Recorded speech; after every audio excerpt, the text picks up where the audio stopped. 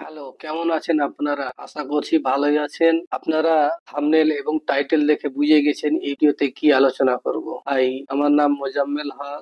আমার চ্যানেলে যদি প্রথমবার এসে থাকেন তাহলে ভিডিওটিকে অবশ্যই সাবস্ক্রাইব করবেন, তার সঙ্গে সঙ্গে বেল আইকন প্রেস করে দিয়ে আমাকে মোটিভেশন করবেন। এবার আমরা যাচ্ছি আমাদের ভিডিওর মূল উদ্দেশ্যে, যে আমরা এই ভিডিওতে কি আলোচনা করব সেটি একবার দেখে দেওয়া যাক। আমরা ভিডিওতে এটি আলোচনা প্রথমে করব যে বাজারে এখন আদানির সম্পর্কে নিউজ এসছে, সেই নিউজটা মার্কেট কতটা রিয়াক্ট করবে। তারপরে দেখবো আমরা যে বাজারের কি অবস্থা এখন, সেটা নিয়ে আলোচনা করব।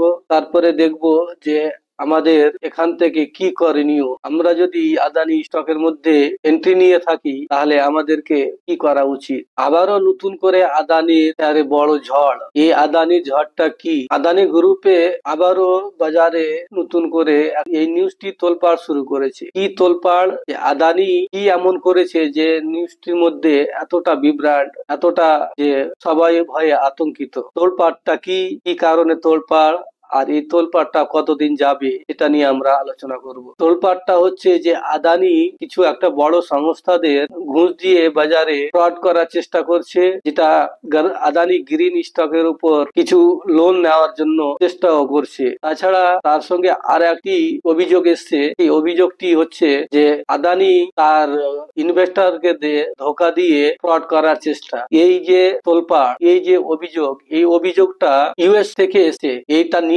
আমাদের ইন্ডিয়া থেকে নয়, এটা নিউজ একমাত্র ইউএস থেকে। ইউএস এর এসইসি একটি সংস্থা, তিনি বলেছেন যে আদানি তাদের ইনভেস্টরকে ফ্রড করার চেষ্টা করছে। তাহলে ফ্রডটা কি? এসইসি এটাকে বলতে কি বোঝায়? এটা হলো, ধরুন যে আমাদের যে সেবি, যে আমাদের ইন্ডিয়ান মার্কেটকে রেগুলেট করে, আমাদের ইন্ডিয়ান মার্কেটকে সে দেখে যে কোথায় কি হচ্ছে, সেই যেমন তার নিগরানি করা, তেমনি ইউএস মার্কেটে এসইসি একটি সংস্থা, তিনি ইউএস মার্কেটকে দেখে। এসইসির পুরো নাম হচ্ছে সিকিউরিটি এক্সচেঞ্জ কমিটি। এই সিকিউরিটি এক্সচেঞ্জ কমিটি আদানি গ্রুপের মধ্যে, আদানিতে একটি অভিযোগ যে তিনি ইনভেস্টরদের ধোকা দিয়ে ফ্রড করার চেষ্টা করছে। এই তার পিছনে আদানির কতটা সত্য কতটা মিথ্যা এটা এখন পর্যন্ত নিউজের মাধ্যমে ক্লিয়ার হয়নি, বা আদানির অফিসিয়াল কোনো নিউজ এখন পর্যন্ত আসেনি। তবে এই যে ফল হলো আদানির মধ্যে, আদানি স্টকের এতটা পিটাই হলো, তো তাহলে স্টকে ইনভেস্টরদের কি হবে এটাই নিয়ে এখন তোলপাড়। আদানি আগে কি করবে, আগামীতে এই স্টকগুলি কিভাবে পারফরমেন্স করবে সেটা একটা দেখার ব্যাপার আছে। আদানির মধ্যে আরো একবার অভিযোগ এসেছিল, সেটা 2023 সালে জানুয়ারি মাসে। সেটা অভিযোগ এসেছিল জানুয়ারি মাসের 24 তারিখ 2023 সাল। সেই সময় অভিযোগটা ছিল ইডেনবার্গ নিয়ে। ইডেনবার্গ একটা রিসার্চ অ্যানালিস্ট কোন এক সংস্থা আছে, সেও আমেরিকা থেকে তার রিসার্চের মাধ্যমে বলেছিল যে আদানির মধ্যে অনেক বড় ডিফল্ট, অনেক বড় ওভার ভ্যালুড, কয়েকটি আরো অভিযোগ দিয়ে আদানির উপর একটা খারাপ নিউজ আসে। সেই সময় আদানির স্টক এই মতো অবস্থায় অনেকটাই ডাউনফল হয়েছিল। সেখান থেকে আবার অল্প অল্প করে স্টকটি রিকভার করে চলতে শুরু করেছিল। তারপরে আজকে এই 21 নভেম্বর 2024 সালে আবার প্রায় 21 থেকে 22 মাস পরে আবার আদানির উপর একটা অভিযোগ। এই অভিযোগটা কতটা সত্য কতটা মিথ্যা সেটা আমাদের এখন পর্যন্ত কোনো অনুমান করা সম্ভব নয়। তবে সময় যেটা বলবে, সময়ের সাথে সাথে খবর পেয়ে যাব আমরা, আর আপনাদেরকে ভিডিওর মাধ্যমেও শেয়ার করে দিয়ে জানিয়ে দেব। ইডেনবার্গের রিপোর্ট এসেছিল, সেই রিপোর্টে কিন্তু সময়ের সাথে আমরা দেখলাম যে আদানির কি রিপোর্ট, অনেক ইনভেস্টিগেশন করার পরে আদানির কোনো ভুল ত্রুটি ছিল না, এটা সবাই আমরা জানি যে এরকমটাই, যে নিজের মাধ্যমে আমরা বুঝতে পেরেছি, আপনারাও জানেন। তবে আপনাদের একটা কথা বলি, যে এর আগে যেটা হিডেনবার্গের নিউজ এসেছিল, সেই নিউজটা যখন এসেছিল তখন নিফটি 17,350 এর কাছাকাছি, 350 বা 400, সেখান থেকে একটা খারাপ নিউজ আদানির আসার পরেও বাজার প্রায় 2 থেকে 300 পয়েন্ট আপ ডাউন করেছিল। তারপরে ওখান থেকে একটা বড় র্যালি, প্রায় 6,000 পয়েন্ট। এটা কথা মনে রাখবেন যে এই আদানির নিউজটা ছোট হোক কিংবা বড়, এই খবরটা কিন্তু আমাদের জন্য ঠিক না, আমাদের জন্য একটা নেগেটিভ নিউজ। এই নেগেটিভ নিউজটাকে বাজার কতটা রিয়াক্ট করছে এটা আমাদের দেখার ব্যাপার আছে। নিউজের মধ্যে আজকে নিউজ আসবে, কালকে নিউজ চলে যাবে। নিউজের মধ্যে আমাদের তো বুঝতেই পারছেন যে বাজার কিভাবে চড়াপড়া করে। এবার আমরা একটা নিফটির চার্টে দেখবো যে 2023 সালে যখন কারেকশন হয়েছিল প্রায় 7 থেকে 8%, তখন নিফটি কি অবস্থায় ছিল, আর সেখান থেকে যে 6000 পয়েন্ট বললাম যে রিকভারি মানে আপ মুভমেন্ট করেছে, তো আপ মুভমেন্ট করার পরে যে 10% পড়লো, সেই 10%-এর মধ্যে এই নিউজটা তো আগে আসার কথা ছিল, কিন্তু 10% অলরেডি মার্কেট কারেকশন করার পরে, ইন্ডেক্সের কথা বলছি আমি, ইন্ডেক্স 10% কারেকশন করার পরে, আর স্টক যদি দেখেন তাহলে 30 থেকে 40% প্রায় কারেকশন হয়ে যাচ্ছে। তো সবকিছু কারেকশন একটা শেষ টাইমের মধ্যে একটা নিউজ আসা, মানে বুঝতেই পারছেন যে বাজারে কতটা প্যানিক ক্রিয়েট করার জন্য। প্যানিক ক্রিয়েট করবেন না। আমরা দেখবো যে নিফটি তখন কি ছিল আর এখন কি অবস্থা। তাহলে আমরা এবার যাচ্ছি নিফটি চার্ট। আমরা আসলাম এখানে নিফটি চার্টে। আমরা নিফটি চার্টটা কিন্তু খুললাম, যে নিফটি চার্টে এবার আমরা দেখে একটা অ্যানালিসিস করার চেষ্টা করব যে তখন বাজারের কি মহল ছিল আর এখন বাজারের মহলটা কি আছে। সেখান থেকে আমাদের একটু আন্দাজা হতে পারে। চার্টটা কিন্তু আমরা ডাব্লু টাইম ফ্রেমে দেখছি, যেন একটু বুঝার জন্য বা দেখার জন্য সুবিধা হয়। এই হচ্ছে 2023 সালের জানুয়ারি, ফেব্রুয়ারি, মার্চ। এখানে কিন্তু হিডেনবার্গের নিউজটা এসেছিল, যে তার নিউজটা কি এটা তো আপনারা জানেনই, খুলে বলার বা বিস্তারিত বলার কোনো প্রয়োজন নেই। সেখান থেকে বাজার এখান থেকে অল্পটুকু ডাউনফল করলো। অল্পটুকু ডাউনফল করার পরে বাজার সেখান থেকে প্রায় 6000 পয়েন্ট, 1-2 পয়েন্ট নাই, 200-400 পয়েন্ট নাই, 6000 পয়েন্ট র্যালি করলো। র্যালি করার পরে কিন্তু প্রাইসটা এখান থেকে 10% আমাদের মার্কেট পড়েছিল। তো এই আদানির যে হিডেনবার্গের রিপোর্টটা ছিল, সেই সময়ও কিন্তু বাজার এখান থেকে ডিসেম্বর মাসের 5 তারিখ 2022 সালের, কিন্তু তখন আমাদের নিফটি ছিল 18,700। আর নিউজটা যখন আসে হিডেনবার্গের 2023 সালে, তখন নিফটি ছিল আমাদের 17,350-এর আশপাশে। তার মানে কত, 18,000, 18,900, 18,900 থেকে 18,900 থেকে 17,350, মানে আপনারা বুঝতেই পারছেন কত পয়েন্ট। অতটুকু মার্কেট কারেকশন হওয়ার পরে যখন নিউজ আসলো, তারপরে কিন্তু আমরা এত বড় মুভমেন্ট দেখতে পেয়েছিলাম। এখান থেকে 17,350 থেকে 26,277 পয়েন্ট, 6,000 পয়েন্ট কিন্তু আমরা কারেকশন থেকে বেরিয়ে কিন্তু আপ মুভমেন্টে র্যালি পেয়েছি। এবার এই যে 21 তারিখে একটা নিউজ আসলো, এই নিউজে অলরেডি তো বাজার কারেকশন হয়ে গেছে। তাহলে এখন নিউজ আসলো, তার মানে এটা হতে পারে যে আমাদের জন্য অপরচুনিটি। দেখতে হবে আমাদের যে বাজার আমাদের কি রিয়াকশন দিচ্ছে। আজকে ভালোই গেল, আজকের কথাটা আমি বলছি না, আমরা বলছি যে এই যে নিউজ এসছে, এই নিউজটা আসার আগে আমাদের কিন্তু অলরেডি বাজার কারেকশন তখনও করেছিল, এখনো করছে, তখনও করেছিল, এখনো করে ফেলেছে। তাহলে আমাদের এখানে একটা জিনিস ক্লিয়ার, যে আমরা বাজারে অলরেডি কারেকশন হয়েছি। তবে একটা প্রশ্ন আসতে পারে যে এই যে আদানি নিউজ, এই নিউজটার জন্য কি মার্কেট ক্র্যাশ করতে পারে? আমার যদি পার্সোনাল আপনাদের বলি, আমাকে তো মনে হয় না যে এখান থেকে আদানি এই নিউজের জন্য মার্কেট একটা ক্র্যাশ যাবে। ক্র্যাশ তো মোটামুটি ধরুন যে 90% আমি মানি না। আমি এটা বলতে চাইছি যে এখান থেকে কারেকশন করে দিয়ে নিফটি এখান থেকে কিন্তু আমাদের হাই দেখাবার জন্য কিন্তু নিফটি তৈরি হচ্ছে। এটুকু আমার বলার, এটুকু আমি দেখতে পাচ্ছি। আমি সেবি থেকে কোনো রিসার্চ অ্যানালিস্ট নই। আমার দ্বারা অ্যানালিসিসের মাধ্যমে আপনি কোনো বাই সেল করবেন, সেটা কিন্তু আমি দায়ী নই। বা নিজে রিসার্চ করে দিয়ে আপনি এখানে বাই সেল বা নিজের সিদ্ধান্ত নিতে পারেন। আমরা আগে যে আদানির স্টকগুলো আমরা দেখব, সেই স্টকগুলির মধ্যেও কিন্তু বিশ্লেষণ করব। সেই স্টকগুলি যে আমরা দেখব, সেখানেও কিন্তু একটা বিশ্লেষণ করার মাধ্যমেও যদি আপনি বলেন যে এখানে বাই সেল করার কোনো রেকমেন্ড থাকবে না, আমার কোনো রেকমেন্ড থাকবে না, আমার ভিউ থাকবে। আপনি কিভাবে কাজ করবেন ওটা আপনাকে দেখতে হবে। আমরা বুঝে গেলাম যে এখান থেকে আদানি কি অভিযোগ, আর এই অভিযোগটা এর আগে এসেছিল তো কি অবস্থাতে ছিল মার্কেট, আর এখন যে এসছে তখন কি অবস্থাতে আছে, এটা আমরা নিফটি চার্টে বাজারে কিন্তু আমরা দেখতে পেলাম, বুঝতে পারলাম। অনেকই প্রশ্ন এটা হতে পারে যে তবে কি এখান থেকে বাজারে কারেকশন শেষ, এটা আপনাদের মধ্যে বা ম্যাক্সিমাম লোকের মধ্যে কিন্তু এখন সোশ্যাল মিডিয়ায় কোশ্চিন চলছে। দেখো, আমার মনে হচ্ছে যে এখান থেকে বাজারে কারেকশন অলমোস্ট 95, 96, 97 যতই পার্সেন্টেজ বলতে পারি যে এখান থেকে কারেকশন শেষ। হয়তো 2-4% সম্ভাবনা থাকতে পারে, এখানে বাই সেলের কোনো রিকমেন্ড থাকলো না। এবার আমরা জানবো যে আদানি স্টকের কি প্রভাব পড়েছে, আর আগামীতে আদানি স্টকগুলি কি পারফরমেন্স করতে পারে, কি অবস্থাতে কাটতে পারে, কি সম্ভাবনা রয়েছে, আমরা সম্ভাবনার কথাই আলোচনা করব। তবে আপনাদের কাছে একটা রিকোয়েস্ট, যদি ভিডিওটি প্রথমবার দেখে থাকেন তাহলে সাবস্ক্রাইব বাটন একবার প্রেস করেন, লাইকের বাটনটা একটু প্রেস করবেন। আমার এই ইউটিউব প্রথম চ্যানেল, ছোট্ট একটি চ্যানেল, আপনাদের ভালোবাসার জন্যই আমি এখানে আসার চেষ্টা করছি, আপনাদের লাইক আর শেয়ারের জন্য আমি আকাঙ্ক্ষিত।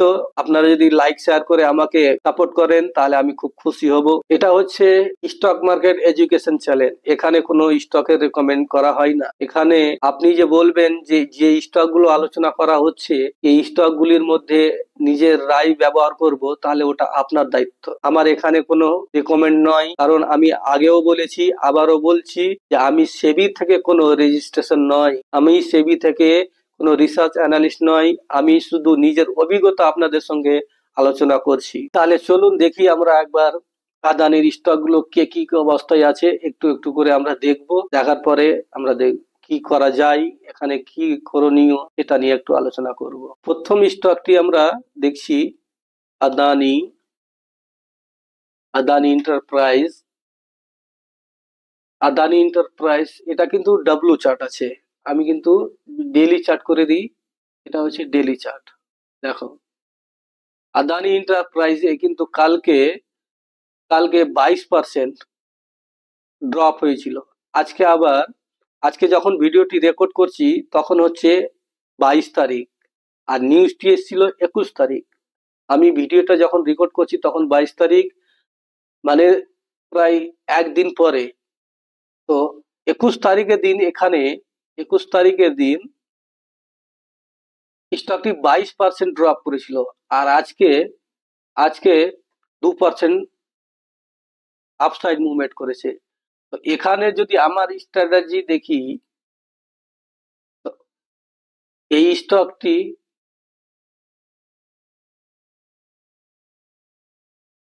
স্টকটি কিন্তু একটা বড় টাইম ফ্রেমের মধ্যে আমি এটা বলতে পারি যে কারেকশনের মধ্যে চলে গেল। ওর মধ্যে নিউজটা কতটা সত্য এটা তো বললাম, নিউজটা কতটা সত্য বা মিথ্যা এটা তো আমরা জানি না। এটা আমাদেরকে দেখতে হবে যে স্টকের এখন কি কন্ডিশন আছে। স্টকের মধ্যে যদি দুর্বলতা দেখায় তাহলে নিউজের মধ্যে তো কিছুটা একটা ধাক্কা দিল, নিউজের কারণে তো আমাদের একটা বড় টাইম ফ্রেমের কারেকশনে চলে গেলাম। তো যদি বড় টাইম ফ্রেমের কারেকশন আমরা দেখতে পাই তাহলে কতদিন সময় লাগবে এটুকুই আমি বলতে চাইছি। এখানে আমরা ডেইলি চার্টে দেখছি যে স্টকটি প্রায় 3743 টাকা থেকে কারেকশন করে 3743 টাকা থেকে কারেকশন করে 2228 টাকায় আজকে কিন্তু ট্রেড করছে। এটা যদি ডাব্লু চার্টে দেখি, তো ডাব্লু চার্টে কিন্তু আমি দেখতে পাচ্ছি যে আদানি এন্টারপ্রাইজে একটা প্রায় অলমোস্ট কারেকশনের কাছাকাছি পৌঁছে গেল, যেটা কারেকশনটা প্যান্টিং ছিল। প্যান্টিং বলতে এখানে একটু ওভার ভ্যালু ছিল, ওই জায়গায় থেকে এখানে কিন্তু পৌঁছে গেল, কিন্তু এখান থেকে সময় লাগবে একটু। তারপরে আমরা দেখব আদানি পোর্ট। আদানি পোর্ট আদানি পোর্টের কিন্তু খুব একটা খারাপ যে কন্ডিশন আছে সেটাও বলা যায় না। আদানি পোর্ট এমন একটি স্টক এখান থেকে বেরিয়েছিল, এই জায়গা থেকে বেরিয়েছিল, আর এখানে গিয়ে এসে একটা সাপোর্টের জায়গায় এসে দাঁড়িয়েছে। আজকে কিন্তু আদানি স্টকে কামব্যাক হয়েছে। আদানি পোর্ট আদানি পোর্ট কিন্তু আজকে প্রায় 2%।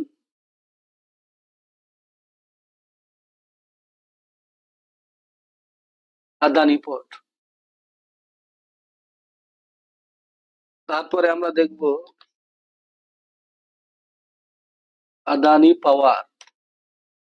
আদানি পাওয়ার কালকে আদানি পাওয়ারে কিন্তু স্টকটি নিচে ড্রপ খুলেছিল, গ্যাপ ডাউন খুলেছিল, গ্যাপ ডাউন খুলে কিন্তু প্রাইসটি আপ মুভমেন্ট করেছিল। আর আজকেও গ্যাপ আপ খুলে কিন্তু প্রাইসটা উপরে গিয়েছিল। তো টোটালে যদি দেখি এখানে আদানি পাওয়ারে, তো 895 থেকে 895 থেকে হাই লাগিয়ে 445, মানে 50% তো অলরেডি ড্রপ হয়েই আছে।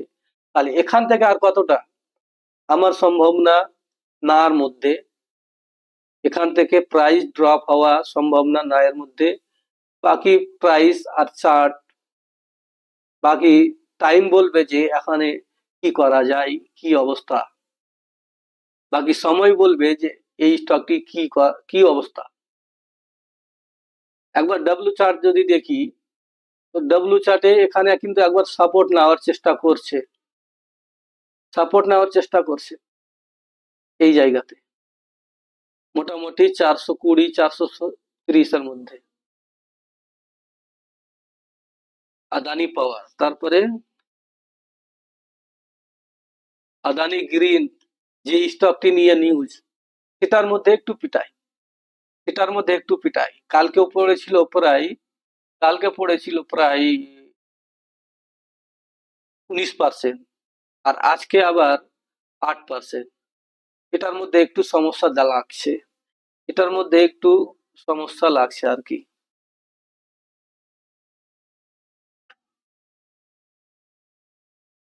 এই স্টকটি নিয়েই তো নিউজ তোলপাড় শুরু হয়েছে। তারপরে আমরা দেখব আদানি এনার্জি সলিউশন। পাওয়ার সেক্টরের মধ্যে এটা একটা খুব খারাপের মধ্যে চলছে। 648 টাকা, 648 টাকা।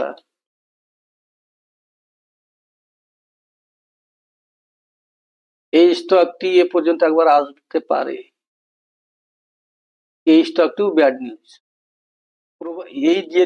এই নিউজটি কিন্তু এই স্টকের মধ্যে বেশি প্রভাব দেখা দিতে পারে।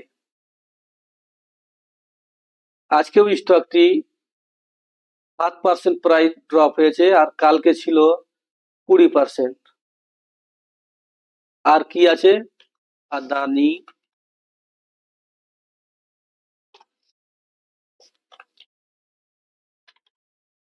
Adani total gas. Adani total gas 609 টাকায় ট্রেড করছে। ডেইলি টাইম ফ্রেমে একটু উইকনেস আছে। ডাব্লিউ টাইম ফ্রেমে যদি দেখি, তো এখানে একটা বড় গ্যাপ তৈরি করেছে। এখান থেকে স্টকটি মোটামুটি কারেকশনের মধ্যে একটা বড় টাইম ফ্রেমের মধ্যে কিন্তু ঢুকছে আর কি। তারপরে আমরা দেখব কি আদানি টোটাল গ্যাস দেখলাম, এবার দেখবো আদানি ওয়ালমার। 292, মনে হচ্ছে এখানে একটা অ্যানালিসিস করা ছিল আমার। আদানি ওয়ালমারেও কিন্তু আমাকে একটু ভালো লাগলো না আর কি। তারপরে তারপরে কি আদানি এসিসি। এসিসি দেখো কতটা মজবুত। প্রাইস তো কালকে পড়েছিল, কিন্তু কালকে পড়ার পরেও উপরে গিয়েছিল প্রাইস। আজকেও কিন্তু গ্যাপ আপ হওয়ার পরেও কিন্তু উপরে। আজকে তো দেখলেন যে নিফটির মধ্যে, বাজারের মধ্যে কতটা স্ট্রেন্থ ছিল।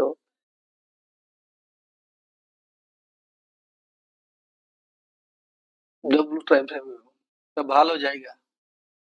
আমার মনে হচ্ছে এখানে একটা ভালো পজিশন হতে পারে। কতদূর যাবে এটা বলা সম্ভব নয়, কতদূর যাবে এটা বলা সম্ভব নয়। তবে এসিসি একটু উইকনেসটা বেশি হয়ে আছে। তারপরে আম্বুজা,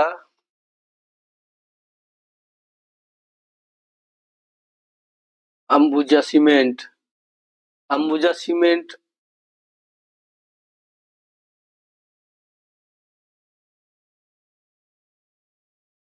আম্বুজা সিমেন্টও প্রায় কারেকশনের শেষের মধ্যে। এই জায়গায় সাপোর্ট কিন্তু কার্যকারী হতে দেখা যাচ্ছে। কি হবে আগামীতে জানি না, তবে এখানে একটা সাপোর্ট নেওয়ার চেষ্টা করছে।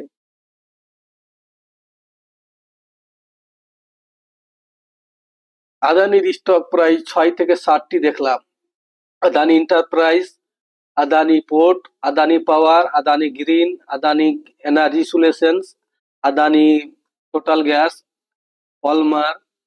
তো তার মধ্যে কিন্তু আমাকে 2 থেকে 3টি স্টক কিন্তু খুব খারাপ লাগলো, আর 2টি স্টক ভালো লাগলো। 2টি স্টক ভালো লাগলো কি, আদানি পোর্ট আর আদানি পাওয়ার। দেখতে হবে যে প্রাইস কতটা সাস্টেন করছে, তারপরে কিন্তু নিজের ডিসিশন একটু অ্যানালিসিস করে দেখব কি করা যায়। এখন পর্যন্ত আমার আদানিতে কোনো পজিশন, কোনো স্টক বাই করা নেই, না আমার এখন রিসেন্ট কোনো ইচ্ছা আছে। আপনারা যদি এই ভিডিও দেখে যদি কোনো অ্যাক্টিভিটি বাই সেল করেন তাহলে নিজের সিদ্ধান্ততে নিবেন। এবার আলোচনা করব যে আমাদের করণীয় কি, বা সাবস্ক্রাইবারদের মধ্যে কিন্তু আদানি স্টক হতে পারে। দেখুন, আপনার যদি আদানির কোনো স্টকের মধ্যে পজিশন থাকে তাহলে আপনি দেখুন যে আপনার স্টপ লসটা কোথায়, আপনার স্টপ লস কি হিট হয়েছে, আপনি কি অ্যানালিসিস করে ইনভেস্ট করেছিলেন নাকি ট্রেড করেছিলেন। যদি ইনভেস্ট করেন তাহলে আপনি দেখুন যে আপনার স্টপ লসটা কোথায়, প্রফিট থেকে লস এসছেন না অলরেডি লসে চলে গেছে। আপনার অ্যানালিসিস করে দেখেন যে এখান থেকে যদি আদানি স্টকগুলি ভালো একটা মুভমেন্ট করে তাহলে কি হতে পারে। আপনার স্টপ লস যদি না কেটে থাকে তাহলে আপনি কিছুটা দিন আর ওয়েট করুন। এই যে আরোপ এসছে, এই আরোপটা একটু ক্লিয়ার হতে দেন, তারপরে নিজের সিদ্ধান্তটা নিবেন, প্যানিক ক্রিয়েট করবেন না। আর যারা নতুন করে ইনভেস্ট করার ভাবছেন তাদেরকে বলবো যে আপনারাও একটু ওয়েট করেন, কিন্তু যদি এখান থেকে প্রাইজের কোনো মুভমেন্ট হতে দেখা যায় তাহলে আপনারা সিদ্ধান্ত নিতে পারবেন। তবে এই যে বাজারে হইচই পড়েছে, এই হইচই শুধু যে আদানির স্টককে নিয়ে ট্রেড বা ইনভেস্টমেন্ট করতে হবে এরকম তো কোনো ব্যাপার নেই।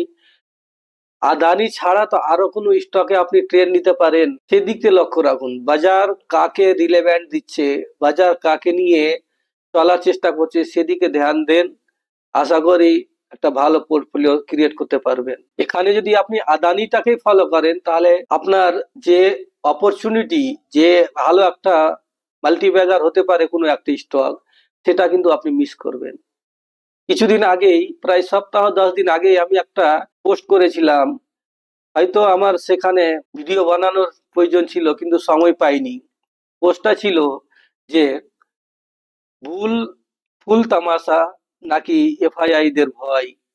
তো আমার সেখানে ফিলিং ছিল কি, যে এখান থেকে মার্কেট 10% কারেকশন করার পরেও যদি একটা মার্কেটে রিভার্স না আসে তাহলে লোককে এটা অনুভব করিয়ে দিতে চাইছে যে এখান থেকে মার্কেট কারেকশন করবে। তার মানে এটা যে বুলের তো মনে হচ্ছে কিছু তামাশা আছে। আর বুলের তামাশা বলতে এটা যে বুল চাইছে যে এখান থেকে রিটেলারের মধ্যে একটা প্যানিক হোক, কারণ তারা চাইছে যে যদি প্যানিক করে, যদি তারা প্রাইসকে ড্রপ করে তাহলে আমরা ওখান থেকে তুলতে পারবো। আর এফআইআই তো 3 বছর থেকে সেল অলরেডি করছে, তাদের জন্য ভয় করবে। তো এরকমটা তো কোনো ব্যাপার নাই। যদি এফআইআই এর ভয় থাকতো তাহলে বাজার এখান থেকে যে 6,000 পয়েন্ট প্লাস করলো সেখান থেকে 2,000 পয়েন্ট করতো। কন্টিনিউ এফআইআই সেল করার পরেও যদি বাজার এতটা মুভমেন্ট করে তাহলে এটুকুই বলার আছে যে বুল তামাশা এফআইআর ভয় করে কোনো লাভ নেই। তাহলে কেমন লাগলো আমার এই ভিডিও? যদি ভালো লেগে থাকে তাহলে লাইক অবশ্যই করবেন, শেয়ার করবেন, আপনার আশেপাশে বন্ধুদের শেয়ার করে একটু আমার হেল্প করে দিবেন। আপনার যদি কোনো প্রশ্ন, অভিযোগ বা পরামর্শ যদি থাকে তাহলে কমেন্ট সেকশনে গিয়ে কিন্তু আমাকে অবশ্যই জানাবেন। আপনার এই কমেন্ট, পরামর্শ হোক, অভিযোগ হোক বা কোনো প্রশ্ন হোক, আমার জন্য খুবই প্রয়োজনীয়। আপনি যদি আপনি যদি কোনো পরামর্শ দিয়ে আমাকে যদি সাহায্য করতে চান তাহলে খুব ভালো হবে। শেষ পর্যন্ত ভিডিও দেখার জন্য অনেক অনেক ধন্যবাদ।